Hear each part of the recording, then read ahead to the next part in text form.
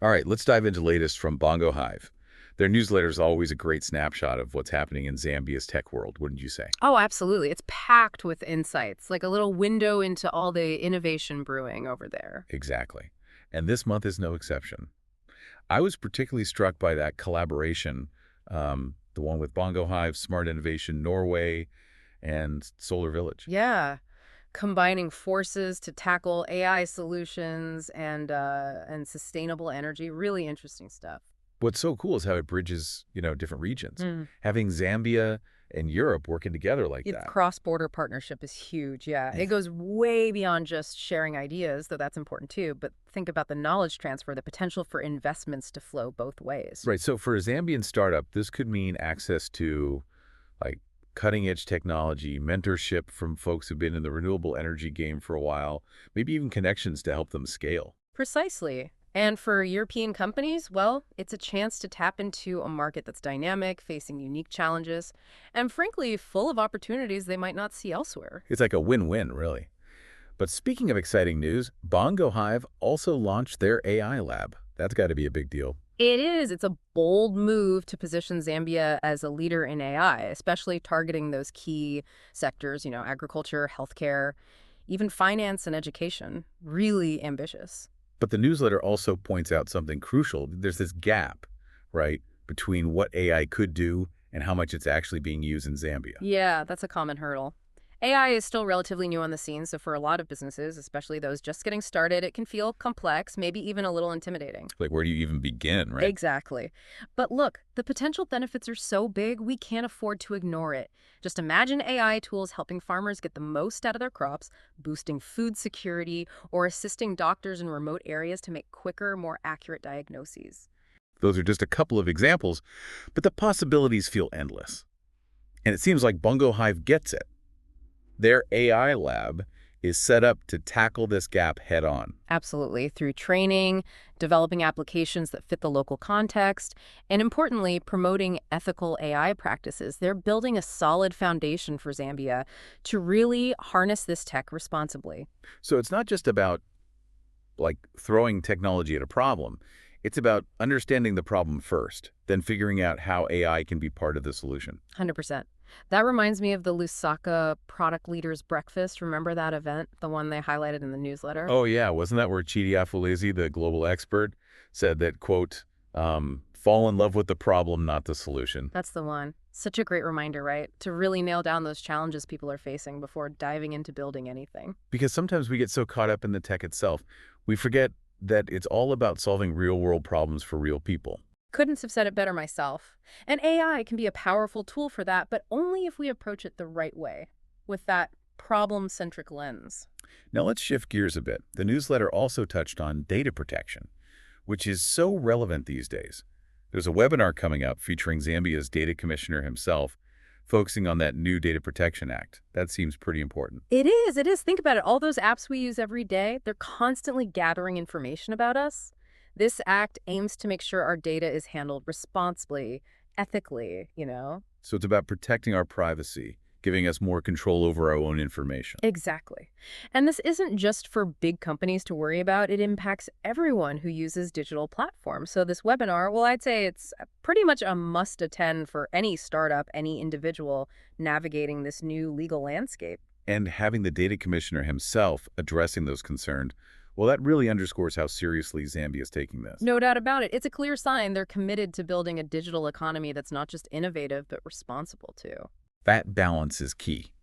Okay, before we go too deep into that, there are a few other events in this newsletter that caught my eye. Oh, do tell. I'm curious to hear which one stood out for you. Well, there's that Startup Data Boost report launch. That one seems super interesting. Oh, right, yeah, focusing on the data challenges and opportunities specifically for MSMEs in Zambia. I feel like we often talk about data in the context of big corporations, but for those smaller businesses, understanding their data can be a game changer. It really can. It levels the playing field, helps them make smarter decisions about their operations, reach new customers, all sorts of things. Exactly. And this report sounds like it could give them some really practical insights, advice, tailored to their specific needs, which is so valuable. No doubt. And then there's that do it experience thing, the one about using AI for content and creative success. That seems like it would be relevant for a lot of folks, especially those in the creative industries. It really shows how AI isn't just this tech-only tool. Yeah, it's becoming more accessible, more applicable across different sectors. Like imagine AI helping you create personalized content, or maybe even generating cool visuals. Right, taking creativity to a whole new level. And knowing Bongohive, it won't just be theoretical. They'll have some hands-on stuff, attendees walking away with strategies they can actually use. I love that about their events. Oh, and I wanted to mention that Standard Chartered Bank initiative, the one where they're highlighting success stories from their Women in Tech incubator on HOT-FM. I think visibility like that is so important. Absolutely. It's inspiring, especially for women who might be thinking about starting their own businesses.